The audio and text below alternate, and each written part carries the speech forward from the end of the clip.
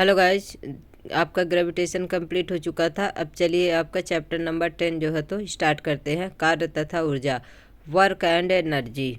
क्या होता है वर्क एंड एनर्जी? इसके बाद जो है तो आपको 2 चैप्टर बचेंगे बस। पिछले कुछ अध्यायों में हम वस्तुओं की गति के वर्णन करने के तरीकों, गति का कारण तथा गुरुत्वाकर्षण के बारे में चर्चा कर चुके हैं। गाइज नोट पेन जरूर लेके बैठिएगा, जिससे जो छोटे छोटे ऐसा मात्रक वगैरह जो फार्मूला है उसे नोट करते जाना, क्योंकि अब टाइम तो है नहीं, एग्जाम तो आ गए हैं। कार्य एक अन्य अवधारणा है जो हमें अनेक प्राकृतिक घटनाओं को समझने तथा उनकी व्याख्या करने में सहायता करती हैं। ऊर्जा तथा शक्ति का कार्य के निकट संबंध है, यानी कि ऊर्जा और शक्ति है, दोनों में क्या है? संबंध, रिलेशन है। इस अध्याय में हम इन अवधारणाओं के बारे में अध्ययन करेंगे। सभी सजीवों को भोजन की आवश्यकता होती है। जीवित रहने के लिए सजीवों को अनेक मूलभूत गतिविधियां करनी पड़ती हैं। इन गतिविधियों क्रियाकलापों को हम जैव प्रक्रम कहते हैं, यानी कि जो गतिविधियां होती हैं उसे की क्या बोलते हैं? जैव प्रक्रम कहते हैं। इन प्रक्रमों के लिए ऊर्जा भोजन से प्राप्त होती है। जैव प्रक्रम को बनाए रखने के लिए क्या जरूरत पड़ती है? ऊर्जा की। ऊर्जा किससे मिलता है? भोजन से मिलता है। कुछ अन्य क्रियाकलापों जैसे खेलने, गाने, पढ़ने, लिखने, सोचने, कूदने, दौड़ने तथा साइकिल चलाने के लिए भी हमें ऊर्जा की आवश्यकता होती है। कठिन क्रियाकलापों में अधिक ऊर्जा की आवश्यकता होती है। जंतु भी क्रियाकलापों में व्यस्त रहते हैं। उदाहरण के लिए वे कूद या दौड़ सकते हैं, उन्हें लड़ना पड़ता है, अपने शत्रुओं से दूर भागना पड़ता है, भोजन खोजना या आवास के लिए सुरक्षित स्थान खोजना पड़ता है। इसके अतिरिक्त कुछ जंतुओं को हम बोझा ढोने, गाड़ी खींचने या खेत जोतने के लिए उपयोग में लाते हैं। इन सभी क्रियाकलापों के लिए ऊर्जा की आवश्यकता होती है। मशीनों के बारे में सोचिए। उन मशीनों की सूची बनाइए जिनका उपयोग आप करते हैं। उन्हें कार्य करने के लिए किस चीज़ की आवश्यकता होती है? कुछ इंजनों को पेट्रोल तथा डीजल की आवश्यकता क्यों होती है? सजीवों तथा मशीनों को ऊर्जा की आवश्यकता क्यों होती है? तो कार्य करने के लिए ऊर्जा की आवश्यकता होती है और ऊर्जा के लिए एनर्जी चाहिए होगी। 10.1 कार्य। कार्य क्या है? हम अपने दैनिक जीवन में जिस रूप में कार्य शब्द का प्रयोग करते हैं और जिस रूप में हम इसे विज्ञान में उपयोग करते हैं उनमें अंतर है। इस बात को स्पष्ट करने के लिए आइए कुछ उदाहरणों पर विचार करें। यानी कि जो हम कार्य कर रहे हैं, अगर उसमें डिस्प्लेसमेंट हो रहा है तो ठीक है, नहीं हो रहा है तो फिर कार्य क्या हो जाता है? 0 हो जाता है। 10.1.1 कठोर काम करने के बावजूद कुछ अधिक कार्य नहीं है। कमली परीक्षा की तैयारी कर रही है। वह अध्ययन में बहुत सा समय व्यतीत करती है। वह पुस्तकें पढ़ती है, चित्र बनाती है, अपने विचारों को सुव्यवस्थित करती है, प्रश्न पत्रों को एकत्रित करती है, कक्षाओं में उपस्थित रहती है, अपने मित्रों के साथ समस्याओं पर विचार विमर्श करती है तथा प्रयोग करती है। इन क्रियाकलापों पर वह बहुत सी ऊर्जा व्यय करती है। सामान्य बोलचाल में वह कठोर काम कर रही है। यदि हम कार्य को वैज्ञानिक परिभाषा के अनुसार देखें तो इस कठोर नाम में बहुत थोड़ा कार्य सम्मिलित है। आप एक बहुत बड़ी चट्टान को धकेलने के लिए कठोर परिश्रम कर रहे हैं। मान लीजिए आपके सारे प्रयत्नों के बावजूद चट्टान नहीं हिलती। आप पूर्णतया थक चुके हैं, तथापि आपने चट्टान पर कोई कार्य नहीं किया, क्योंकि चट्टान में कोई विस्थापन नहीं हुआ। अगर विस्थापन होगा किसी कार्य को करने पर तो कार्य हुआ है, अगर विस्थापन नहीं हुआ है तो वो कार्य नहीं हुआ है। विज्ञान की भाषा में, आप अपने सिर पर एक भारी बोझा रखकर कुछ मिनट के लिए बिना हिले डुले खड़े रहते हैं। आप थक जाते हैं। आपने प्रयास किया है कि तथा अपनी बहुत सी ऊर्जा व्यय की है। क्या आप बोझे पर कुछ कार्य कर रहे हैं? हम विज्ञान में जिस प्रकार कार्य शब्द का अर्थ समझते हैं बिल्कुल नहीं कर रहे हैं, क्योंकि बिना हिले डुले अगर हम कोई भी बोझा लेकर खड़े हुए हैं तो भी उसमें कोई जो है तो क्रिया नहीं हो रही है, क्योंकि उसमें डिस्प्लेसमेंट नहीं हो रहा। हम एक जगह क्या है? खड़े हुए हैं। हम विज्ञान के जिस प्रकार कार्य शब्द का अर्थ समझते हैं उस रूप में इस स्थिति में कार्य नहीं किया गया है। प्राकृतिक दृश्यों को देखने के लिए आप सीढ़ियों पर चढ़कर इमारत की ऊपरी मंजिलों पर पहुंच जाते हैं। आप एक ऊंचे पेड़ पर भी चढ़ सकते हैं। वैज्ञानिक परिभाषा के अनुसार इन क्रियाकलापों में बहुत सा कार्य निहित है। अपने दैनिक जीवन में हम किसी भी लाभदायक शारीरिक या मानसिक परिश्रम को कार्य समझते हैं। कुछ क्रियाकलापों जैसे मैदान में खेलना, मित्रों से बातचीत करना, किसी धुन को गुनगुनाना, किसी चलचित्र को देखना, किसी समारोह में सम्मिलित होना को कभी कभी कार्य नहीं समझा जाता है। कार्य क्या होता है यह इस बात पर निर्भर है कि हम उसे कैसे परिभाषित करते हैं। विज्ञान में हम कार्य शब्द को भिन्न प्रकार के प्रयोग तथा परिभाषित करते हैं। इसे जानने के लिए आइए निम्न क्रियाकलाप करें। क्रियाकलाप 10.1 है। उपरोक्त अनुच्छेदों में हमने अनेक क्रियाकलापों की चर्चा की जिन्हें प्रायः हम अपने दैनिक जीवन में कार्य मानते हैं। इनमें से प्रत्येक क्रियाकलाप के लिए निम्नलिखित प्रश्नों का उत्तर दीजिए। किसी वस्तु पर कार्य किया गया। फर्स्ट पॉइंट क्या है? किसी वस्तु पर कार्य किया गया। सेकंड है कि वस्तु पर क्या घटित हो रहा है। थर्ड क्या है? कार्य कौन क्या कर रहा है, मतलब कौन सा कार्य हो रहा, कौन सा कार्य कर रहा। कहने का मतलब कार्य कोई भी करिए, अगर उसमें डिस्प्लेसमेंट होगा तो कार्य होगा, अगर डिस्प्लेसमेंट नहीं होगा तो उसमें कार्य नहीं होगा, शून्य हो जाएगा कार्य।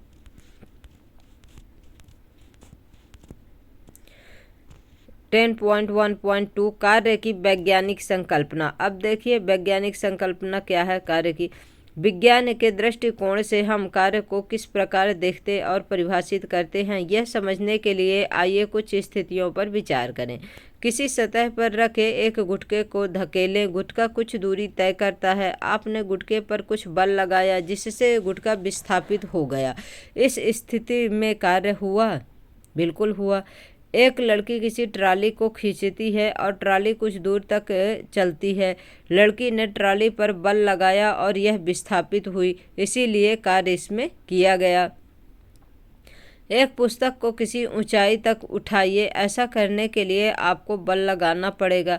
पुस्तक ऊपर उठती है, पुस्तक पर एक बल लगाया गया तथा पुस्तक गतिमान हुई, इसीलिए कार्य किया गया। उपरोक्त स्थितियों को ध्यानपूर्वक देखने से ज्ञात होता है कि कार्य करने के लिए दो दशाओं का होना आवश्यक है। अब कौन कौन सा देखिए। वस्तु पर कोई बल लगना चाहिए, यानी कि जो वस्तु में कार्य करना उसमें क्या होना चाहिए? बल लगना चाहिए, फोर्स लगना चाहिए। और वस्तु पर क्या होना चाहिए? वस्तु को विस्थापित होनी चाहिए, एक स्थान से दूसरे स्थान वस्तु को जाना चाहिए, उसमें जो है तो डिस्प्लेसमेंट होना चाहिए। अगर वो विस्थापित नहीं होती है तो इसके मतलब उसमें कार्य नहीं किया गया है। ये दो पॉइंट आपको ध्यान रखना कि कार्य तथा ऊर्जा का मेन दो पॉइंट कि कार्य कब होता है, तो वस्तु पर जब कोई फोर्स लगता है तब, और वस्तु पर जो है तो डिस्प्लेसमेंट होता है तब। दोनों स्थितियों में क्या होता है? कार्य होता है। यदि इनमें से कोई भी दशा पूरी नहीं होती तो, मतलब दो में से तो कोई ना कोई चीज़ होना चाहिए। बोल रहा है कि यदि इनमें से कोई भी दशा पूरी नहीं होती तो कार्य नहीं किया गया। विज्ञान में हम कार्य को इसी दृष्टि से देखते हैं कि अगर उसमें फोर्स लगेगा और डिस्प्लेसमेंट होगा। एक बैल किसी गाड़ी को खींच रहा है, गाड़ी चलती है, गाड़ी पर एक बल लग रहा है तथा गाड़ी कुछ दूर चली है। क्या आपके विचार में इस स्थिति में कार्य किया गया है? हाँ, किया गया है, क्योंकि गाड़ी जो है तो मतलब डिस्प्लेसमेंट उसमें हुआ है और उसमें फोर्स भी लगा है। अब क्रियाकलाप 10.2 देखिए क्या बोल रहा है कि अपने दैनिक जीवन की कुछ स्थितियों पर विचार कीजिए जिनमें कार्य सम्मिलित हों। जैसे हम दिन भर जो काम करते हैं, मान लीजिए घर का काम करते हैं, खाना बनाने का काम करते हैं, तो उसमें कुछ कार्य हुआ है कि नहीं हुआ। इनकी सूची बनाइए कि हम किस में जो है तो कार्य हो रहा है। अब मान लीजिए कोई वस्तु उठा के यहाँ से वहाँ रखना है तो क्या होगा? उसमें तो कार्य होगा। अब कोई भी चीज़ बस वहीं पर कार्य तो कर रहे हैं पर उस वस्तु में कोई डिस्प्लेसमेंट नहीं हो रहा है, तो इसलिए उसमें कोई कार्य नहीं हो रहा। अपने मित्रों से विचार विमर्श कीजिए कि क्या प्रत्येक स्थिति में कार्य किया गया है। कभी कभी तो ऐसा होता है कि मेहनत तो कर रहे हैं लेकिन उसमें जो है तो डिस्प्लेसमेंट नहीं हो रहा, फोर्स तो लग रहा, तो उस स्थिति में क्या होगा? कार्य नहीं होगा। अपने उत्तरों का कारण जानने का प्रयत्न कीजिए। जो अपने क्वेश्चन है उनका जो तो रीजन जाने। यदि कार्य हुआ है तो वस्तु पर कौन सा बल कार्य कर रहा है? वह कौन सी वस्तु है जिस पर कार्य किया गया है? जिस वस्तु पर कार्य किया गया है उसकी स्थिति में क्या परिवर्तन है, मतलब वो स्थायी है वहीं पर कि उसमें कुछ वर्क हुआ है या इधर उधर वो उसमें डिस्प्लेसमेंट हुआ है। क्रियाकलाप अब 10.3 देखिए क्या बोला।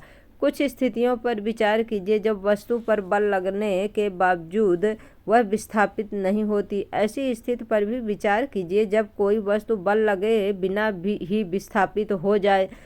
प्रत्येक के लिए जितनी स्थितियां आप सोच सकें उनकी सूची बनाइए, यानी कि जो जो अपन सोच सकते हैं किसमें कार्य हो रहा किसमें नहीं हो रहा उसके जो होते एक लिस्ट बना लेते हैं। अपने मित्रों से विचार विमर्श कीजिए कि क्या इन स्थितियों में कार्य हुआ है कि नहीं हुआ है। आपस में डिस्कशन करना है कि किसमें कार्य हुआ कि नहीं हुआ। जिसमें फोर्स लगेगा डिस्प्लेसमेंट होगा उसमें कार्य हुआ, जिसमें फोर्स नहीं लगेगा डिस्प्लेसमेंट नहीं होगा तो उसमें कार्य नहीं हुआ। 10.1.3 एक नियत बल द्वारा किया गया कार्य। जब नियत बल रहेगा तो उसमें क्या होगा, कार्य क्या हो जाएगा, जीरो हो जाएगा। विज्ञान में कार्य को कैसे परिभाषित किया जाता है, देखिए कार्य को किस प्रकार से अपन समझते हैं। इसे समझने के लिए पहले हम उस स्थिति पर विचार करते हैं जब बल विस्थापन की दिशा में लग रहा हो। मान लीजिए किसी वस्तु पर एक नियत बल F कार्य करता है। मान लीजिए किसी वस्तु बल की दिशा में S दूरी विस्थापित हुई। मान लीजिए कोई वस्तु रखी और उसमें जो तो फोर्स लगाई F बल हो गया और जो डिस्प्लेसमेंट जो दूरी विस्थापित हुई उसे किससे, यस से लिखते हैं। मान लीजिए W किया गया कार्य है और W क्या है, उसमें जो कार्य हुआ है। कार्य की परिभाषा के अनुसार किया गया कार्य बल तथा विस्थापन के गुणनफल के बराबर होता है। यानी कि जब कार्य किया जाएगा तो क्या हो जाएगा, किया गया कार्य बराबर बल गुणे विस्थापन हो जाएगा, यानी W=Fs हो जाएगा। इसे आपको नोट कर लेना है। अब ये देखिए इसमें क्या है, एक ये टेबल है और इसमें क्या है, एक वस्तु यानी कि कोई बुक रखी हुई है 10.1 में।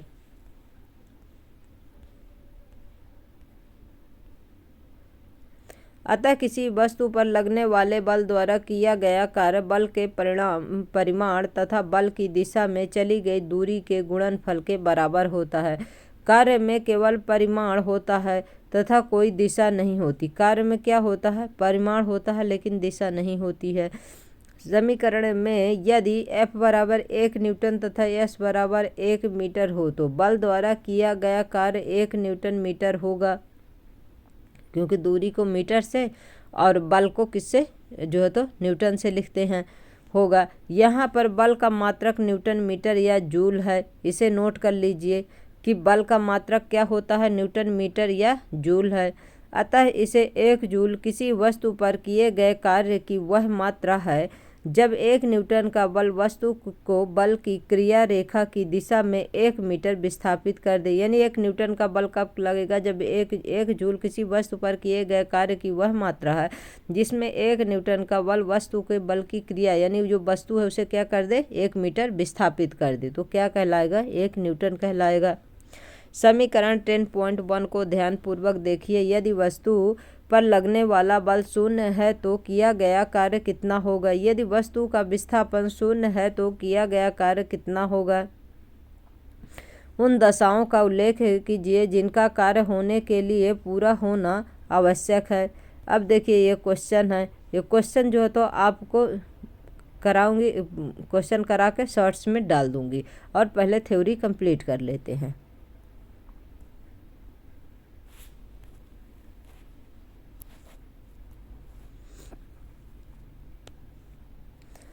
एक अन्य स्थिति पर विचार करें जिसमें बल तथा विस्थापन एक ही दिशा में है। एक बच्चा किसी खिलौना कार को चित्र 10.4 में दर्शाए अनुसार धरती के समांतर खींच रहा है।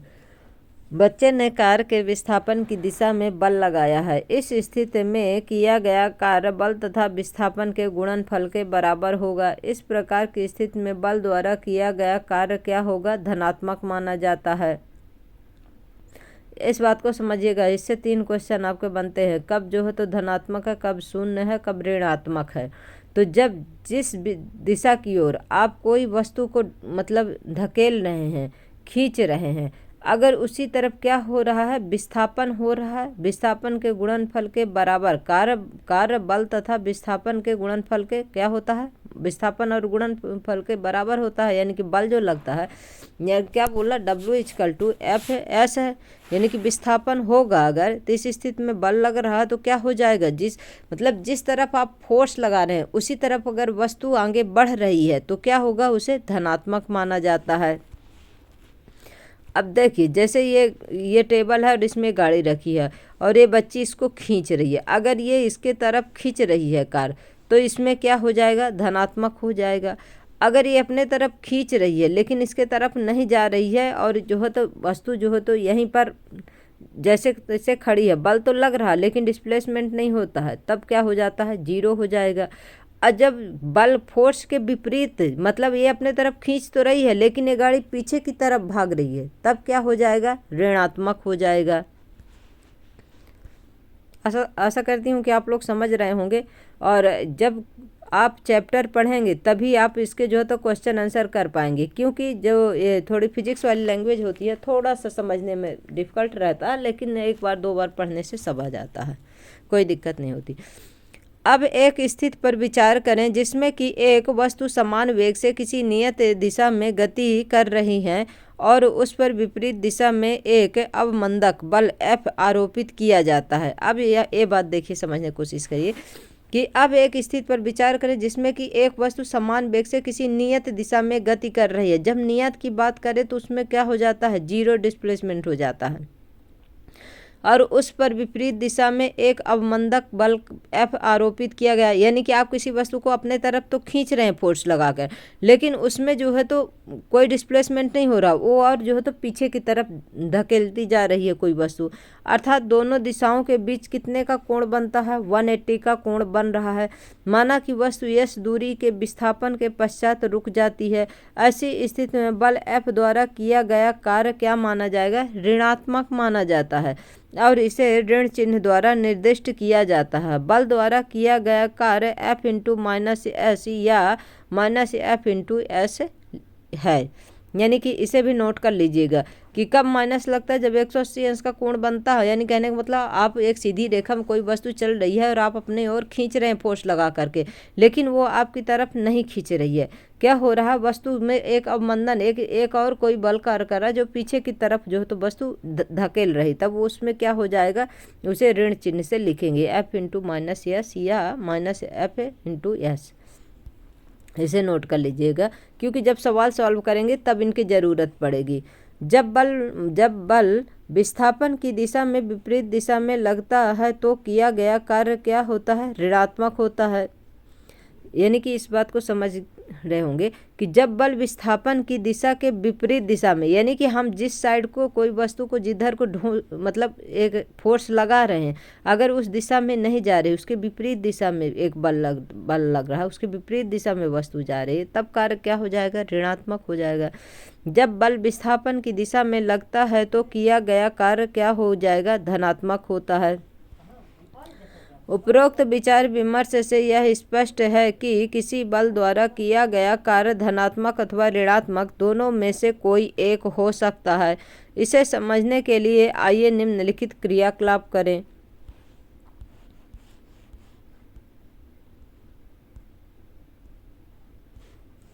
क्रियाकलाप 10.4 में क्या देखिए, किसी वस्तु को ऊपर उठाइए, आपके द्वारा वस्तु पर लगाए गए बल के द्वारा कार्य किया गया, वस्तु ऊपर की ओर चलती है, आपके द्वारा लगाया गया बल विस्थापन की दिशा में है, तथापि वस्तु पर गुरुत्वीय बल भी कार्यरत है। यानी कि कोई भी वस्तु में फोर्स तो लगा रहे हैं, आप ऊपर की ओर उठा रहे हैं, लेकिन उसमें कौन सा एक बल कार्य कर रहा है, गुरुत्वीय बल भी कार्य कर रहा है। इनमें से कौन सा बल धनात्मक कार्य कर रहा है, इसमें से जो धनात्मक बल कार्य कौन सा कर रहा है, देखिए जो गुरुत्वीय फोर्स होता है, जब नीचे से ऊपर कोई वस्तु जाती है तो अपन इसके पहले पढ़े, उसमें क्या होता है, ऋणात्मक बल लगाता है, लेकिन जिस वस्तु को हम लोग फोर्स लगाते हैं वो क्या हो जाएगा, धनात्मक हो जाएगा। इनमें से कौन सा बल धनात्मक कार्य कर रहा है, तो जो अपन फोर्स लगाते हैं वो धनात्मक हो जाएगा, लेकिन जो गुरुत्वीय बल लग रहा है वस्तु पर वो क्या हो जाएगा, ऋणात्मक हो जाएगा। कारण बताइए। अब 10.2 एग्जाम्पल का क्वेश्चन है गाइज, इसे सब शॉर्ट्स में डालूंगी, आज से ही देखती हूँ स्टार्ट कर दूंगी एक एक क्वेश्चन करना। 10.2 ऊर्जा। अब देखिए ऊर्जा क्या है, एनर्जी क्या है। ऊर्जा के बिना जीवन असंभव है। ऊर्जा की आवश्यकता दिन प्रतिदिन बढ़ रही है। हमें ऊर्जा कहाँ से प्राप्त होती है? सूर्य हमारे लिए ऊर्जा का सबसे बड़ा प्राकृतिक स्रोत है। यानी कि सबसे बड़ा ऊर्जा का स्रोत क्या है? तो सूर्य है। हमारे ऊर्जा के बहुत से स्रोत सूर्य से व्युत्पन्न होते हैं। हम परमाणुओं के नाभिकों से, पृथ्वी के आंतरिक भागों से तथा ज्वार भाटों से भी ऊर्जा प्राप्त कर सकते हैं। क्या आप ऊर्जा के अन्य स्रोत के बारे में सोच सकते हैं कि और कहीं से भी ऊर्जा प्राप्त हो सकती है? क्रियाकलाप 10.5 में देखते हैं। ऊर्जा के कुछ स्रोत को ऊपर दिया गया है। ऊर्जा के अनेक अन्य स्रोत भी हैं, इनकी सूची बनाइए। छोटे समूहों में विचार विमर्श कीजिए कि किस प्रकार के ऊर्जा के कुछ स्रोत सूर्य के कारण हैं। देखिए जो प्रकृति में है, सूर्य से ही सभी को क्या मिल रहा है? ऊर्जा मिल रही है। क्या ऊर्जा के कुछ ऐसे स्रोत भी हैं जो सूर्य के कारण नहीं हैं? ऊर्जा शब्द का प्रयोग प्रायः हमारे दैनिक जीवन में होता रहता है, किंतु विज्ञान में इसका एक निश्चित एवं परिशुद्ध अर्थ है। आइए निम्नलिखित उदाहरणों पर विचार करें। जब तीव्र वेग से गतिशील क्रिकेट की गेंद स्थिर विकेटों से टकराती है तो विकेट दूर जा गिरते हैं। इसी प्रकार जब हम किसी वस्तु को किसी निश्चित ऊंचाई तक उठाते हैं तब उसमें कार्य करने की क्षमता समाहित हो जाती है। आपने अवश्य ही देखा होगा कि ऊंचाई तक उठाया गया हथौड़ा जब लकड़ी के किसी टुकड़े पर रखी हुई कील पर प्रहार करता है तो वह कील को लकड़ी में ठोक देता है। हमने बच्चों को खिलौना जैसे खिलौना कार में चाबी भरते भी देखा है, और जब यह खिलौना किसी फर्श पर रखा जाता है तो ये गति करने लगता है। यह किसी गुब्बारे में हवा भरकर उसे दबाते हैं तो उसकी आकृति में क्या होता है? परिवर्तन होता है। यदि हम गुब्बारे को कम बल लगाकर दबाते हैं तो बल को हटाने पर यह अपनी मूल आकृति में आ जाता है। यानी कि आप गुब्बारे को दबाएंगे तो क्या होगा? पहले तो दब जाएगा, फिर इसके बाद उसे छोड़ देंगे तो क्या हो जाएगा? अपनी स्थिति में आ जाता है। किंतु यदि हम गुब्बारे को अधिक बल से दबाएं तो यह विस्फोटक ध्वनि करते हुए फट भी सकता है। यानी कि ज़्यादा प्रेशर के साथ दबाएंगे तो क्या हो जाएगा? फट जाएगा गुब्बारा, एयर बाहर चल जाएगी। इन सभी उदाहरणों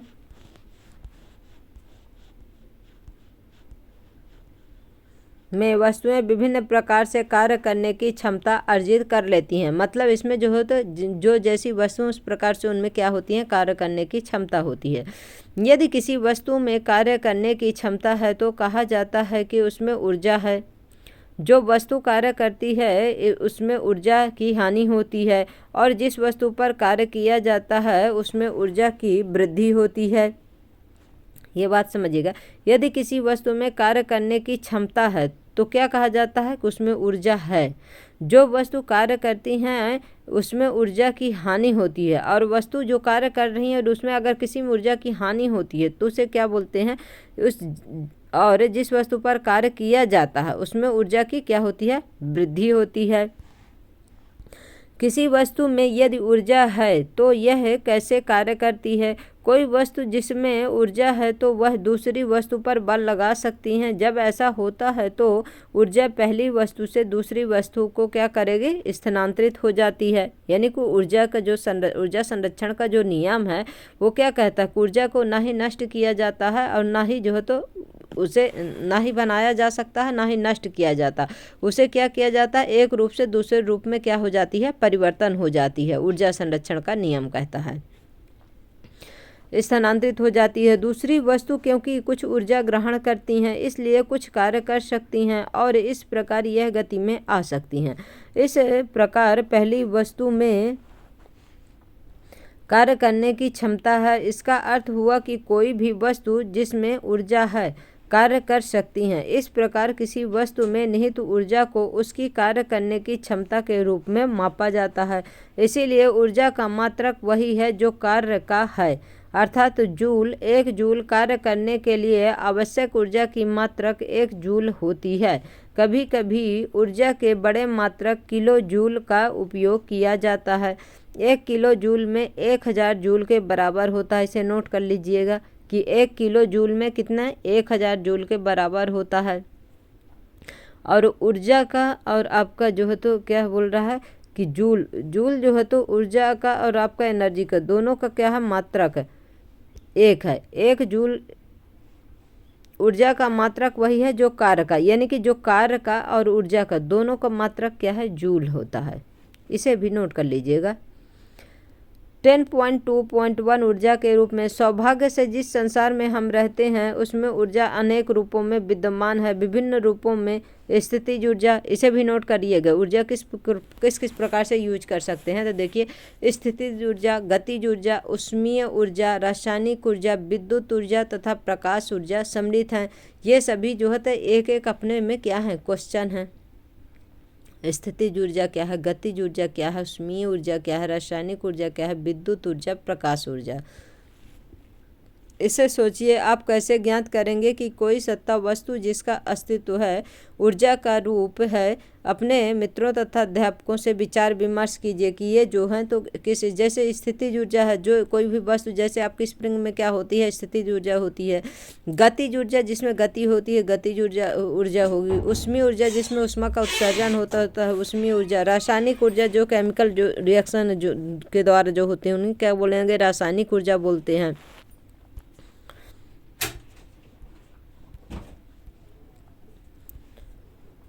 अब देखिए क्या यहाँ पर, जेम्स प्रेस्कॉट जूल एक प्रतिभाशाली ब्रिटिश भौतिक विज्ञानी थे।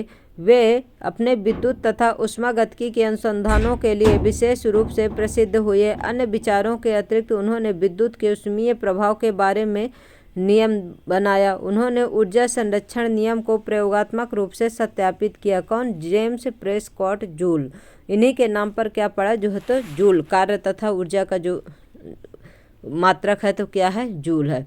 प्रयोगात्मक रूप से सत्यापित किया तथा ऊष्मा के यांत्रिक तुल्यांक के मान की खोज की। ऊर्जा तथा कार्य के मात्रक का नाम जूल उन्हीं के सम्मान में रखा गया। अब क्या है देखिए, गतिज ऊर्जा 10.2.2 गतिज ऊर्जा। क्रियाकलाप 10.6 है। एक भारी गेंद लीजिए, इसे रेत की मोटी परत या क्यारी पर गिराइए। गीले रेत की सतह अच्छा कार्य करेगी। गेंद को रेत पर लगभग 25 सेंटीमीटर की ऊंचाई से गिराइए। गेंद रेत में एक परत गड्ढा बना देती है। सॉरी, इस क्रियाकलाप को 50 सेंटीमीटर, 1 मीटर तथा 1.5 मीटर की ऊंचाइयों से गेंद को गिराकर दोहराइए कि किस, मतलब कब जो है तो ज़्यादा गड्ढा होगा, कब जो है तो किस प्रकार से क्रिया होगी, यह देखने के लिए चेक करना है कि जितना जितना, जैसे पहले 50 सेंटीमीटर से गिराएंगे, फिर 1 मीटर से, फिर 1.5 मीटर से गिराएंगे। सुनिश्चित कीजिए कि सभी गर्त सुस्पष्ट दिखाई दें, यानी कि निश्चित करना है अपने को कि जैसे 50 सेंटीमीटर में गिराएंगे, फिर 1 मीटर के बाद गिराएंगे, फिर 1.5 मीटर के बाद गिराएंगे, तो किस प्रकार से जो है तो स्पष्टता आ रही। गेंद को गिराने की ऊंचाई के अनुसार सभी गर्तों पर निशान लगाइए। उनकी गहराइयों की तुलना करें। इनमें से कौन सी गर्त सबसे अधिक गहरी है, कौन सा गड्ढा सबसे अधिक उथला है, ऐसा क्यों है, गेंद ने किस कारण से गहरा गड्ढा बनाया। विचार विमर्श कीजिए तथा विश्लेषण कीजिए। तो जिसमें जितना फोर्स लगेगा उसमें ज़्यादा गड्ढा होगा, जिसमें कम फोर्स लगेगा, कम ऊंचाई से गिरेगा, कम फोर्स लगेगा तो कम गड्ढा होगा। क्रियाकलाप 10.7 में देखिए, चित्र 10.5 के अनुसार उपकरण सज्जित कीजिए और एक ज्ञात द्रव्यमान के लकड़ी के गुटके को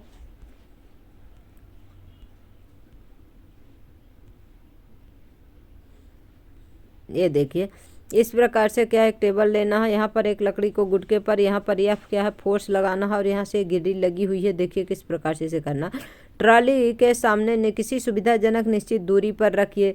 पलड़े पर एक ज्ञात द्रव्यमान रखिए जिसमें कि ट्रॉली गतिमान हो जाए। ट्रॉली आगे चलती है तथा लकड़ी के गुटके से टकराती है। मेज पर एक अवरोधक इस प्रकार लगाइए कि गुटके से टकराने के पश्चात ट्रॉली वहीं रुक जाए, यानी कि क्रिया प्रतिक्रिया वाले यहाँ पर काम करेगा। गुटका विस्थापित हो जाता है। गुटके के विस्थापन को मापिए और इसका अर्थ हुआ कि जैसे ही गुटके ने ऊर्जा ग्रहण की, ट्रॉली द्वारा गुटके पर कार्य किया गया, यानी कि जो गुटका अपन रखें यहाँ पर देखिए, यहाँ पर इसमें क्या लगेगा, एक फोर्स लगेगा। जब यहाँ से छोड़ेंगे फोर्स लग रहा है तो इस क्या हो जाएगा, विस्थापित हो जाएगा। ये क्या हो जाएगा, आगे बढ़ जाएगा गुटका। गुटके के विस्थापन को मापिए। इसका अर्थ हुआ कि जैसे ही गुटके ने ऊर्जा ग्रहण की, ट्रॉली द्वारा गुटके पर कार्य किया गया। यह ऊर्जा कहाँ से आई? पलड़े पर रखे द्रव्यमानों को बढ़ाकर इस प्रयोग को दोहराइए। फिर से दोहराना। किस अवस्था में विस्थापन अधिक है और किस अवस्था में किया गया कार्य अधिक होगा? इस क्रियाकलाप में गतिशील ट्रॉली कार्य करती है, अतः इसमें ऊर्जा विद्यमान है। एक चलती हुई वस्तु कार्य कर सकती है। एक तेज चलती वस्तु अपने सादृश्य अपेक्षाकृत धीमी चलती हुई वस्तु से अधिक कार्य कर सकती है। एक गतिशील गोली, बहती हुई हवा, घूमता हुआ पहिया, एक गतिशील पत्थर, ये सभी कार्य कर रहे हैं। मतलब जिसमें गति होगी तो क्या है, उसमें कार्य हो रहा है। गोली लक्ष्य को कैसे भेद पाती है? बहती हुई हवा पवन चक्की की पंखुड़ियों को कैसे घुमा पाती हैं? गतिशील वस्तुओं में ऊर्जा होती है। जो गतिशील वस्तुएं होती हैं उसमें क्या होती है? गतिज ऊर्जा होती है। गिरता हुआ नारियल गतिशील कार्य, लुढ़कता हुआ पत्थर, उड़ता हुआ हवाई जहाज, बहता हुआ पानी, बहती हुई हवा, दौड़ता हुआ खिलाड़ी आदि सभी में क्या हो रही हैं? गतिज ऊर्जा विद्यमान हो रही हैं। इसे नोट कर लेना और लिख लेना किस में गतिज ऊर्जा है, क्योंकि 1 नंबर का क्वेश्चन दे देगा इन छोटे पॉइंट से। संक्षेप में किसी वस्तु में उसकी गति के कारण निहित ऊर्जा को गतिज ऊर्जा कहते हैं। किसी वस्तु की गतिज ऊर्जा उसकी चाल के साथ बढ़ती है। किसी गतिशील वस्तु में उसकी गति के कारण कितनी ऊर्जा निहित होती है? परिभाषा के अनुसार हम कह सकते हैं कि किसी निश्चित वेग से गतिशील वस्तु की गतिज ऊर्जा उस वस्तु पर इस वेग को प्राप्त करने के लिए किए गए कार्य के बराबर है। आइए अब किसी वस्तु की गतिज ऊर्जा को एक समीकरण के रूप में व्यक्त करें। मान लीजिए m द्रव्यमान की एक वस्तु एक समान वेग u से गतिशील है। अब मान लीजिए अब इस पर एक क्या नियत बल F के विस्थापन की दिशा में लगता है, तो वस्तु s दूरी तक विस्थापित हो जाती है। समीकरण 10.1 से किया गया कार्य बराबर WFS के बराबर है। वस्तु पर किए गए कार्य के कारण इसके वेग में परिवर्तन होगा। मान लीजिए कि इसका वेग क्या है? u से v, यानी आपका इनिशियल वेग क्या है? u है और फाइनल वेग क्या है? v हो जाता है। मान लीजिए उत्पन्न हुए त्वरण का मान a बराबर क्या होता है? v माइनस u होता है बटे 2 होता है। ए बराबर अनुभाग 7.5 में हमने गति के 3 समीकरणों के बारे में अध्ययन किया है। एक समान त्वरण ए से गतिशील किसी वस्तु के प्रारंभिक वेग u, अंतिम वेग v तथा विस्थापन s के बीच निम्न संबंध है। ये गति का तीसरा नियम है, v square minus u square 2as है। तो जब a बराबर निकालेंगे तब क्या हो जाएगा? मतलब कहने का जवाब क्या निकालेंगे? s दूरी निकालेंगे। s निकालेंगे तो क्या हो जाएगा? v square minus u square upon जो है तो क्या हो जाएगा? 2a हो जाएगा। जब दूरी निकालेंगे s बराबर, वहाँ पर क्या था, जब त्वरण निकालते थे तो v माइनस u अपान 2 हो जाता था, जहाँ गति का नियम है वहाँ निकाल रहे थे। तो इसे आप नोट कर लीजिएगा, क्योंकि इससे जो है तो अपन सवाल सॉल्व करेंगे। जब दूरी निकालेंगे s बराबर तो v square minus u square upon 2a, यानी कि फाइनल वेलोसिटी माइनस जो होती है इनिशियल वेलोसिटी अपान 2a। अनुभाग 8.4 से हमें ज्ञात है कि f बराबर क्या होता है? ma होता है। अपन फोर्स में ही पढ़ लिए तो वहाँ पर इस प्रकार समीकरण 10.2 को समीकरण 10.1 में रखने पर हम बल F द्वारा किए गए कार्य को लिख सकते हैं। देखिए कार्य को किस प्रकार से लिख सकते हैं। W बराबर क्या होता है? ma हो गए। m क्या है? द्रव्यमान है। a क्या है? त्वरण है। v square minus u square upon 2a, v square आपका वही जो तो फाइनल वेग है, माइनस क्या है? इनिशियल वेग है, बटे क्या है? 2a है, बटे मतलब त्वरण है।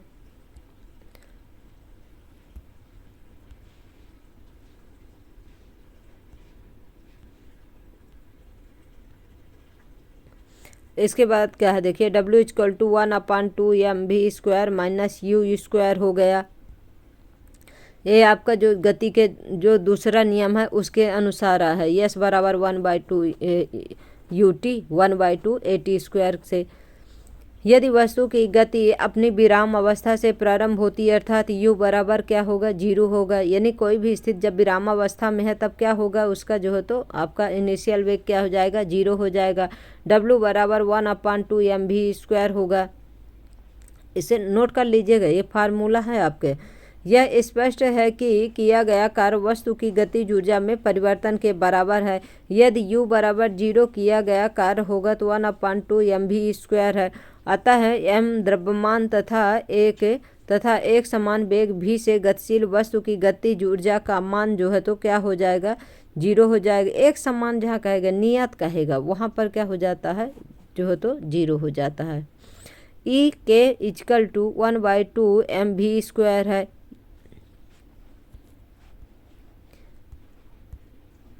ये सवाल है जिसको जो है तो बाद में कराऊंगी। इसके आगे का देख लेते हैं, जो अगर कंप्लीट हो जाता, 7 पॉइंट हो गया तो ये कितना बाकी है।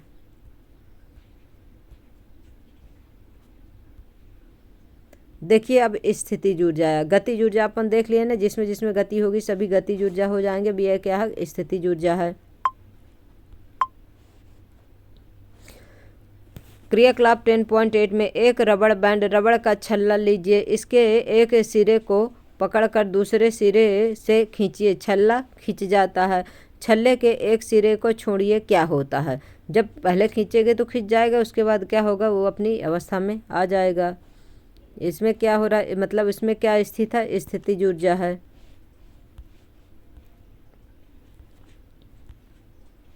छल्ला अपनी प्रारंभिक लंबाई प्राप्त करने का प्रयत्न करेगा। स्पष्ट है कि छल्ले ने अपनी खिंची हुई स्थिति में कुछ ऊर्जा उपार्जित कर ली है। खींचने पर यह ऊर्जा किस प्रकार उपार्जित कर लेता है। क्रियाकलाप 10.9 में देखिए, एक स्लिंकी लीजिए, यानी कि ये स्प्रिंग लीजिए। निम्न चित्र में दर्शाए के अनुसार अपने मित्र से इसके एक सिरे को पकड़ने के लिए कहिए तथा दूसरे सिरे को पकड़िए तथा अपने मित्र से दूर चले जाइए। अब आप स्लिंकी को छोड़ दीजिए, क्या होता है। खींचने पर स्लिंकी ने किस प्रकार ऊर्जा उपार्जित की। पहले तो खींचती है, फिर इसके बाद जो है तो अपने मूल अवस्था में आती है। क्या संपीड़ित करने पर भी स्लिंकी ऊर्जा उपार्जित करेगी। क्रियाकलाप एक खिलौना 10.10 में देखिए, एक खिलौना कार लीजिए, इसमें चाबी भरिए, कार को जमीन पर रखिए, क्या ये चलती है। इसमें ऊर्जा कहाँ से उपार्जित होती है, तो इसमें स्थितिज ऊर्जा होगी। क्या उपार्जित ऊर्जा चाबी द्वारा भरे गए लपेटों की संख्या पर निर्भर है। बिल्कुल निर्भर है। आप इसकी जांच कैसे कर सकते हैं। क्रियाकलाप 10.11 में देखिए, किसी वस्तु को एक निश्चित ऊंचाई तक उठाइए, वस्तु अब कार्य कर सकती है, छोड़ने पर यह नीचे गिरने लगती है। इसका अर्थ है कि इसने कुछ ऊर्जा उपार्जित कर ली है। अधिक ऊंचा उठाने पर यह अधिक कार्य कर सकती है और इस प्रकार इसमें अधिक ऊर्जा विद्यमान हो जाती है। इसे ऊर्जा कहाँ से प्राप्त होती है, सोचिए तथा क्या करें, विचार विमर्श कीजिए। उपरोक्त परिस्थितियों में वस्तु पर किए गए कार्य के कारण इसमें ऊर्जा संचित हो जाती है। किसी वस्तु को स्थानांतरित की गई ऊर्जा इसमें स्थितिज ऊर्जा के रूप में संचित होती है। यदि यह वस्तु की चाल या वेग में परिवर्तन करने के लिए उपयोग में नहीं आती है, वस्तु कार्य करने के लिए स्थिति प्राप्त कर लेती है। जब आप किसी रबड़ बैंड को खींचते हैं तो आप कुछ ऊर्जा स्थानांतरित करते हैं। बैंड में स्थानांतरित की गई ऊर्जा इसमें स्थितिज ऊर्जा के रूप में क्या होती है, संचित होती है। तो आपको रबड़ बैंड दे देगा, पूछेगा कि इसमें कौन सी ऊर्जा है, तो आपको बताना होगा कि इसमें स्थितिज ऊर्जा है। और ये किसी खिलौना से चाबी भरते समय इसमें भी क्या है, आपका स्थितिज ऊर्जा है, आप कार्य करते हैं। इसके अंदर कमानी में स्थानांतरित की गई ऊर्जा स्थितिज ऊर्जा के रूप में संचित हो जाती है। किसी वस्तु द्वारा इसकी स्थिति, इसे नोट कर लीजिएगा, रबड़ बैंड है और खिलौना, इनमें दोनों में क्या है, स्थितिज ऊर्जा है आपका। किसी वस्तु द्वारा इसकी स्थिति अथवा विन्यास में परिवर्तन के कारण प्राप्त ऊर्जा को स्थितिज ऊर्जा कहते हैं। क्रियाकलाप 10.12 में देखिए, बांस की एक खपची लीजिए और इससे चित्र 10.6 में दिखाए के अनुसार एक धनुष बनाइए। किसी हल्की डंडी का एक तीर बनाइए। तीर का एक सिरा धनुष से तानित डोरी पर रखिए। अब डोरी को खींचिए और तीर को मुक्त कीजिए। तो अब इसमें कौन सी ऊर्जा होगी, जब अपने तरफ खींचेंगे तो इसमें क्या हो जाएगी, स्थितिज ऊर्जा होगी। तीर को धनुष से दूर जाते हुए देखिए। धनुष की आकृति में परिवर्तन पर ध्यान दीजिए। धनुष की आकृति में परिवर्तन के कारण इसमें संचित स्थितिज ऊर्जा तीर को गतिज ऊर्जा प्रदान करती है। अगर इसमें पूछे धनुष में क्या है तो स्थितिज ऊर्जा है, और जो तीर है तो उसे क्या हो जाएगा, उसमें गतिज ऊर्जा हो जाएगी। इसे भी नोट कर लीजिए। ऊर्जा प्रदान करती है, जिससे तीर गतिशील होकर क्या होती है, दूर जा कर के गिरता है। इस प्रकार से बना कर के छोटे में पहले जो तो बनवाते थे अपने पिताजी से और बोलते थे किस तरह से बनाइए और फिर खेला करते थे। धनुष की तानित डोरी पर रखा तीर इस प्रकार से, तो इस धनुष पर क्या है, स्थितिज ऊर्जा है, लेकिन इस तीर पर क्या है, आपकी गतिज ऊर्जा है।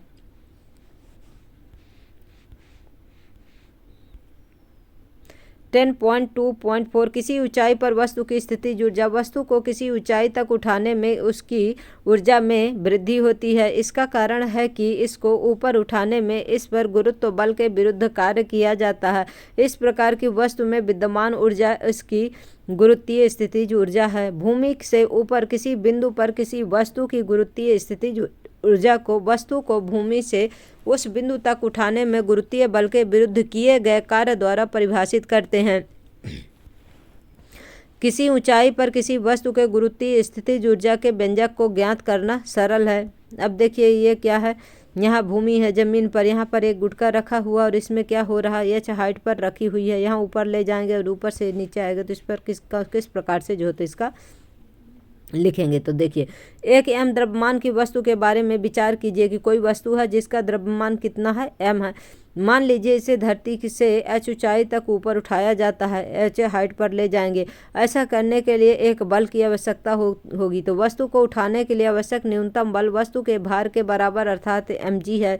यानी कि जितना वस्तु है जितना बल लगाएंगे तो किसके बराबर है, mg के बराबर है। वस्तु में इस पर किए गए कार्य के बराबर ऊर्जा उपार्जित होगी। मान लीजिए कि वस्तु पर गुरुत्वीय बल के विरुद्ध किया गया कार्य W है। अब किया गया कार्य W बराबर क्या होगा, बल इंटू विस्थापन हो जाएगा। इसके बाद क्या है, mg इंटू h हो जाएगा। यानी कि बल क्या लगेगा, m क्या हो जाएगा द्रव्यमान, g क्या लगेगा बल लगेगा, इंटू हाइट h विस्थापन होगा। तो क्या हो जाएगा, बराबर mg h हो जाएगा। सोच रही थी गाज ये यूनिट कंप्लीट हो जाए, लेकिन काफ़ी बड़ा हो रहा है। लेकिन देखते हैं, कोशिश करते हैं, अगर हो जाएगा तो, नहीं हो पाएगा तो फिर नेक्स्ट पार्ट जो भी थोड़ा बहुत बचेगा। क्योंकि वस्तु पर किया गया कार्य क्या हो जाएगा, mgh के बराबर है, इसीलिए वस्तु को mgh इकाई के बराबर ऊर्जा उपार्जित होगी। यह वस्तु की स्थितिज ऊर्जा को किससे लिखते हैं, EP से, पोटेंशियल एनर्जी है। EP इक्वल टू क्या हो जाएगा, पोटेंशियल एनर्जी mgh हो जाएगा। वस्तु की किसी ऊंचाई पर स्थितिज ऊर्जा भूमि तल या आपके द्वारा चुने गए शून्य तल पर निर्भर है। किसी वस्तु के लिए दी हुई स्थितिज ऊर्जा के लिए एक तल के सापेक्ष स्थितिज ऊर्जा का कोई विशेष मान हो सकता है और किसी दूसरे तल के सापेक्ष स्थितिज ऊर्जा का कोई दूसरा मान हो सकता है। मतलब यह जो है तो डिस्टेंस या दूरी जहाँ पर वस्तु रखेंगे उसके ऊपर डिपेंड करेगी। यह ध्यान देने योग्य बात है कि गुरुत्वीय बल द्वारा किया गया कार्य वस्तु की प्रारंभिक तथा अंतिम स्थितियों के ऊर्ध्वाधर ऊंचाइयों के अंतर पर निर्भर है, न कि उस रास्ते पर जिस पर की वस्तु ने गति की है। चित्र 10.8 में ऐसी स्थिति दिखाई गई है जहां एक गुटका स्थिति A से स्थिति B तक दो विभिन्न पथों में पहुंचाया गया है। मान लीजिए ऊंचाई AB बराबर h, दोनों ही स्थितियों में वस्तु पर किया गया कार्य क्या है, mgh है। ये देखिए वस्तु यहाँ A रखी है, यहाँ h हाइट है, यहाँ B तक ले गया और इसकी जो है तो क्या हो गई, mgh हो जाएगी। यहाँ A है, इस प्रकार से पथ से जा रहा है B पर, तो दोनों स्थितियों में इसका कार्य जो करेगा उससे क्या होगा, mgh ही हो जाएगा। अब इसके बाद ये एक सवाल है, उस वस्तु में विद्यमान ऊर्जा का परिकलन कीजिए जिसका g का मान 9.8 मीटर पर सेकंड है। तो चलिए सवाल बाद में जो है तो सॉल्व करेंगे।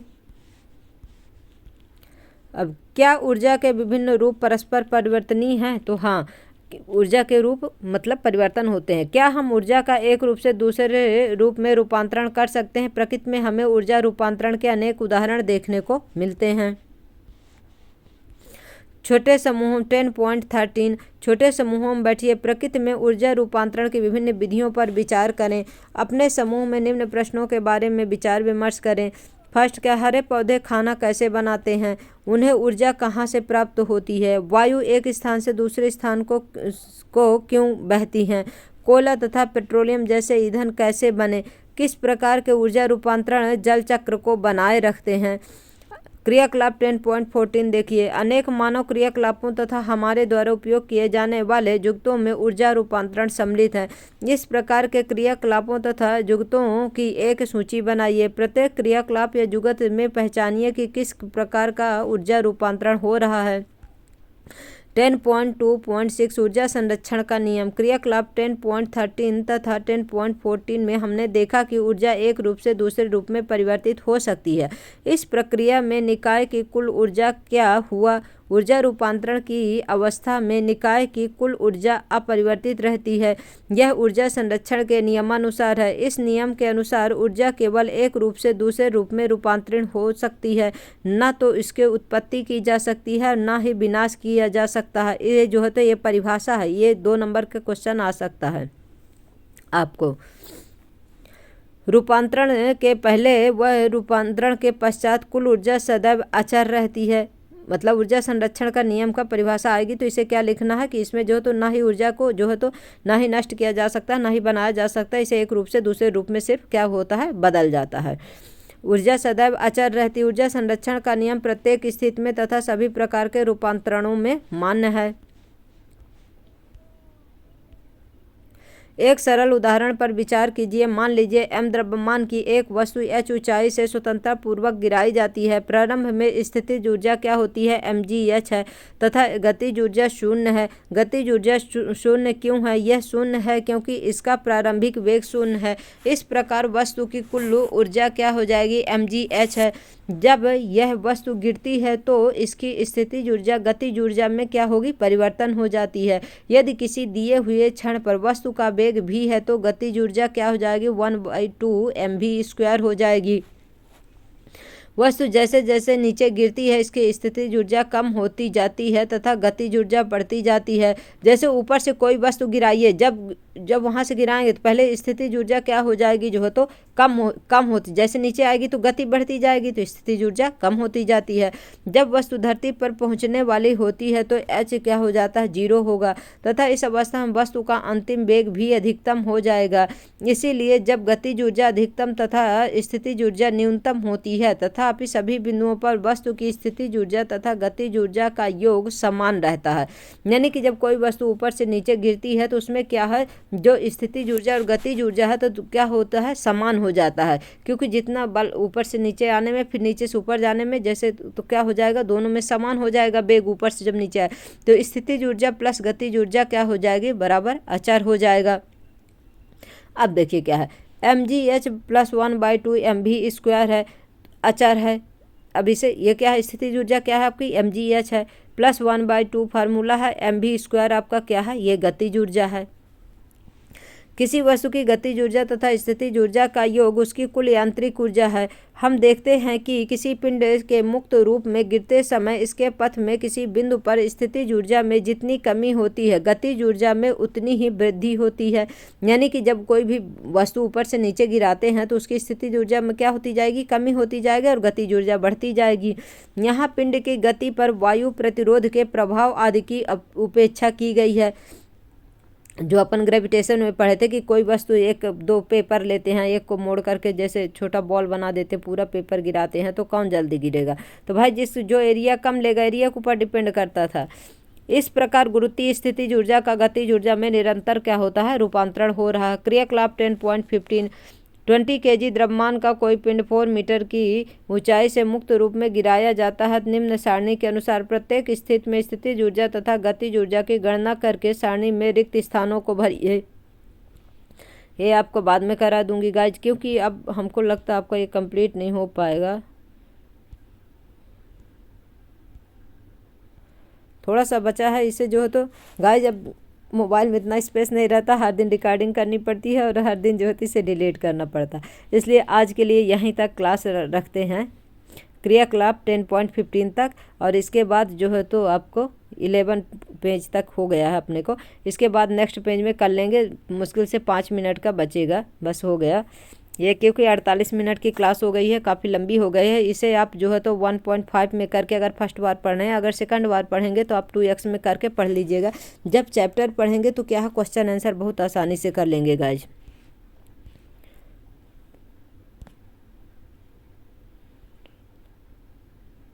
अभी अपना 3 पेज है, अगर इसे करने लगेंगे तो हो नहीं पाएगा गाइस, लेकिन कहिए तो कोशिश करती हूँ। देखिए कोशिश करते हैं, अगर हो जाए तो अच्छी बात है, कंप्लीट हो जाए, नहीं तो फिर देखते हैं, फिर नेक्स्ट पार्ट में कर देंगे। विचार कीजिए, यदि प्रकृति में ऊर्जा रूपांतरण संभव नहीं होता तो क्या होता। एक विचार के अनुसार ऊर्जा रूपांतरण के बिना जीवन संभव नहीं हो पाता। क्या आप इससे सहमत हैं? तो बिल्कुल सहमत है। 10.3 कार्य करने की दर। क्या हम सब एक ही दर से कार्य करते हैं? क्या मशीनें ऊर्जा का उपयोग तथा रूपांतरण समान दर से करती हैं? अभिकर्ता एजेंट जो ऊर्जा रूपांतरण करते हैं विभिन्न दरों से कार्य करते हैं। आइए इसे निम्न क्रियाकलापों से समझते हैं। 2 बच्चे, मान लीजिए ए तथा बी के बारे में विचार कीजिए। मान लीजिए दोनों का द्रव्यमान समान है, दोनों रस्से पर अलग अलग चढ़ना प्रारंभ करते हैं, दोनों 8 मीटर की ऊंचाई तक पहुंचते हैं। मान लीजिए इस कार्य को करने में ए को 15 सेकंड लेता है तथा बी 20 सेकंड लेता है। प्रत्येक बच्चे द्वारा किया गया कार्य कितना है? किया गया कार्य समान है, तथापि ए ने कार्य करने के लिए बी की अपेक्षा कम समय लिया।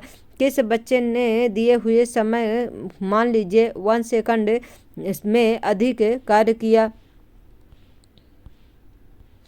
एक शक्तिशाली व्यक्ति किसी दिए हुए कार्य को अपेक्षाकृत कम समय में पूरा कर सकता है। अधिक शक्तिशाली वाहन कम शक्तिशाली वाहन की अपेक्षा हमें किसी यात्रा को कम समय में पूरी करा सकता है।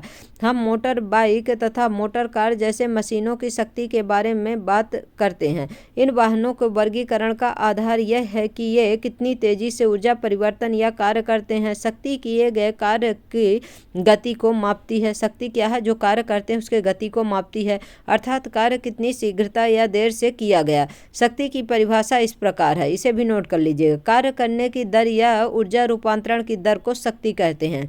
मतलब जो कार्य करने की दर होती है या ऊर्जा रूपांतरण की दर को ही क्या कहते हैं? उसके शक्ति कहते हैं। यदि कोई अभिकर्ता एजेंट टी समय में W कार्य करता है तो शक्ति का मान शक्ति बराबर कार्य बटे समय होता है। शक्ति को पावर से लिखते हैं, कार्य को W से, समय को T से, तो P = W/T हो जाएगा। शक्ति का मात्रक वाट है तथा इसका प्रतीक W है, इसे भी नोट कर लीजिएगा। शक्ति का मात्रक क्या है? वाट है। यह मात्रक जेम्स वाट ने 1736 से 1819 के सम्मान में रखा गया था। 1 वाट उस अभिकर्ता एजेंट की शक्ति है जो 1 सेकंड में 1 जूल कार्य करता है। हम यह भी कह सकते हैं कि यदि ऊर्जा के उपयोग की दर 1 जूल सेकंड हो तो शक्ति 1 वाट होगी। यानी कि 1 सेकंड में जो दर कितना होगा? 1 सेकंड में 1 जूल है तो उसे क्या होगा? 1 वाट होगी।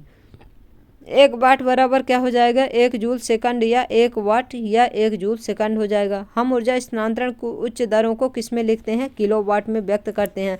1 किलोवाट बराबर कितना होता है? 1000 वाट होता है। 1 किलोवाट बराबर 1000 वाट या 1000 जूल पर सेकंड होता है। किसी अभिकर्ता एजेंट की शक्ति समय के साथ बदल सकती है। इसका अर्थ है कि अभिकर्ता विभिन्न अंतरालों में विभिन्न दरों से कार्य कर सकता है, इसलिए औसत शक्ति की अवधारणा लाभप्रद है। औसत शक्ति को हम कुल उपयोग की गई ऊर्जा को कुल किए गए समय से विभाजित करते हैं। औसत शक्ति क्या है? कुल उपयोग की गई ऊर्जा बटे कुल लिए गए समय से विभाजित कर देंगे तो क्या हो जाएगी? अपने को औसत शक्ति प्राप्त हो जाएगी। अब यहाँ पर सवाल है गाइस, इसे छोड़ दूंगी, सवाल को बाद में कराऊंगी। ये देखिए क्रियाकलाप 10.17। अपने घर में विद्युत परिपथ में लगे विद्युत मीटर को ध्यानपूर्वक देखिए। इसके लक्षणों का बारीकों से प्रेक्षण कीजिए। प्रतिदिन प्रातः तथा सायं 6:30 बजे मीटर का पाठ्यांक नोट करें। इस क्रियाकलाप को लगभग 1 सप्ताह कीजिए। दिन के समय कितनी यूनिट व्यय होती है? रात के समय कितनी यूनिट व्यय होती है? अपने प्रेक्षणों को सारणीबद्ध कीजिए। अपने आंकड़ों से निष्कर्ष निकालिए। अपने प्रेक्षणों की तुलना विद्युत के मासिक बिल में दिए गए विवरणों से कीजिए। किन्हीं विशेष विद्युत उपकरणों द्वारा व्यय होने वाली विद्युत ऊर्जा का आकलन भी किया जा सकता है। इसके लिए विभिन्न उपकरणों से के ज्ञात वोल्टेज तथा उसके उपयोग के समयों को सारणीबद्ध कर दिया जा सकता है।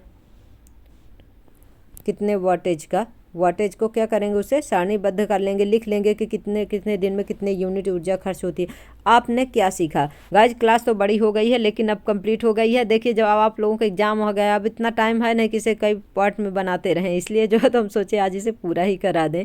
किसी पिंड पर किया गया कार्य उस पर लगाए गए बल का परिमाण व बल की दिशा में उसके द्वारा तय की गई दूरी के गुणनफल के परिभाषित होता है।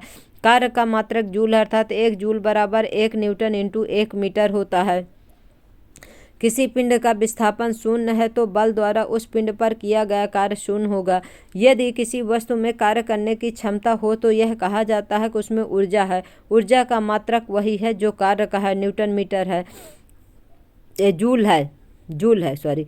किसी गतिमान पिंड में उसकी गति के कारण ऊर्जा को गतिज ऊर्जा कहते हैं।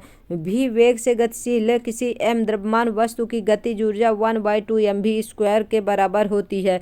वस्तु द्वारा उसकी स्थिति अथवा आकृति में परिवर्तन के कारण प्राप्त ऊर्जा को स्थितिज ऊर्जा कहते हैं।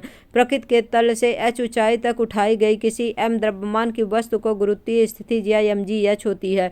ऊर्जा संरक्षण के नियम के अनुसार ऊर्जा का केवल एक रूप से दूसरे रूप में रूपांतरण हो सकता है। इसको ना ही इसकी उत्पत्ति की जा सकती है और ना ही इसे विनाश किया जा सकता है। रूपांतरण के पहले व रूपांतरण के पश्चात कुल ऊर्जा सदैव अचर रहती है, यानी ऊर्जा समान रहती है। प्रकृति में ऊर्जा विभिन्न रूपों में विद्यमान रहती है, जैसे गतिज ऊर्जा, स्थितिज ऊर्जा, ऊष्मीय ऊर्जा, रासायनिक ऊर्जा। किसी वस्तु की गतिज तथा स्थितिज ऊर्जाओं के योग को उसकी कुल यांत्रिक ऊर्जा कहते हैं।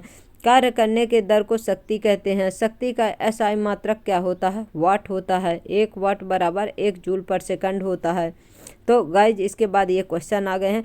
अब आपको जो है तो क्वेश्चन आंसर कराऊंगी, देखती हूँ नोट्स बनाऊंगी, अगर एनसीईआरटी सॉल्यूशंस होगा तो इससे कराऊंगी। जैसे भी जो भी कुछ समझ में ना आएगा आप लोग हमें कमेंट करिएगा। पूरा 1 घंटे की क्लास आपकी होने वाली है, 56 मिनट हो गए। आप लोगों को हमारी क्लास कैसी लगती है? आप लोग हमारे क्लास को लाइक करिए, शेयर करिए, सब्सक्राइब करिए गाइज। बेल आइकन जरूर प्रेस कर लीजिए जिससे आप लोगों को नोटिफिकेशन मिलता रहे। सच में इसके एक एक लाइन एक बार सिर्फ आप इसे डिटेल से पढ़ लीजिए, स्किप ना करिए कि इतनी लंबी क्लास है, ये सोच के आप लोग स्किप कर देते हैं, इसलिए जो है तो फिर दिक्कत होती है। स्किप ना करिए, एक बार चैप्टर जरूर पढ़ लीजिए, उसके बाद जो है तो क्वेश्चन आंसर करेंगे, बहुत ईजी हो जाएगा। और आपका जो भी क्वेश्चन हो तो आप कमेंट बॉक्स में कमेंट करिए कि कौन सा यूनिट, कौन सा चैप्टर पढ़ना है, कौन सा रिवीजन करना है, कुछ भी जो भी आपको पूछना हो आप साइंस में हमसे कहीं से भी पूछ सकते हैं। Thank you so much guys.